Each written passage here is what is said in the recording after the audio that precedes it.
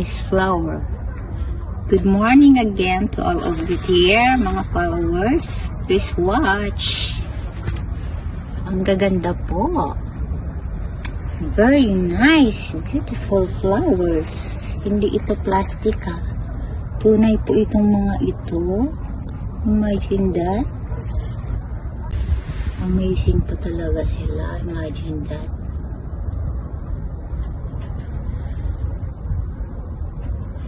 Meron pa po dito sa kabila. Oh.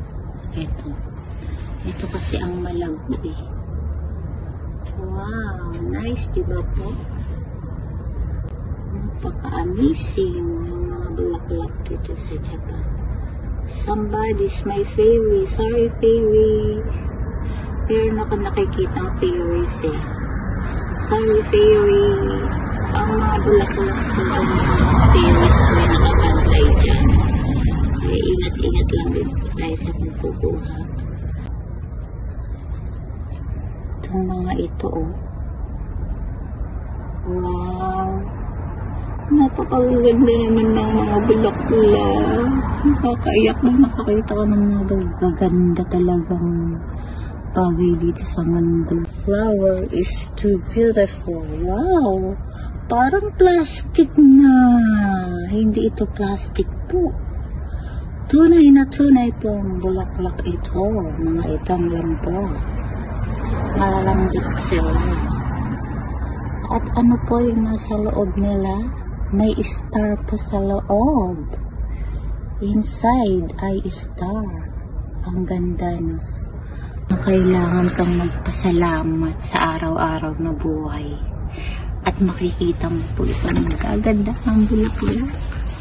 Maglibot-libot ka lang po dyan sa tabi-tabi. At marami po silang tanim na magaganda.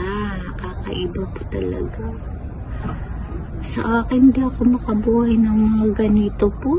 Bakit po kaya? Oh, parang may kilay pa, oh. Ano ito? Parang yung pilik mata lang, oh. Ano pa ba yan? Ang pilik mata. Baka dito ginaya ang pilik mata. Ang ganda, oh. Pilik mata. Pikit mata, pilik mata. Nakakatawa, ano? May pilik mata oh, different. Kakaibang bulaklak ito. May pilik mata. Ano po itong pilik mata niya? Palambot din eh. Ano ba ito? May pilik mata po oh. Yan po. Ganyan po yan. May pilik mata sila. At dito kitang-kita ang mga pilik mata nila oh. Wow! Kaganda, may pilik mata pala ang mga halaman. Oh! Okay ito ah. Kakaiba pa ah. Amazing!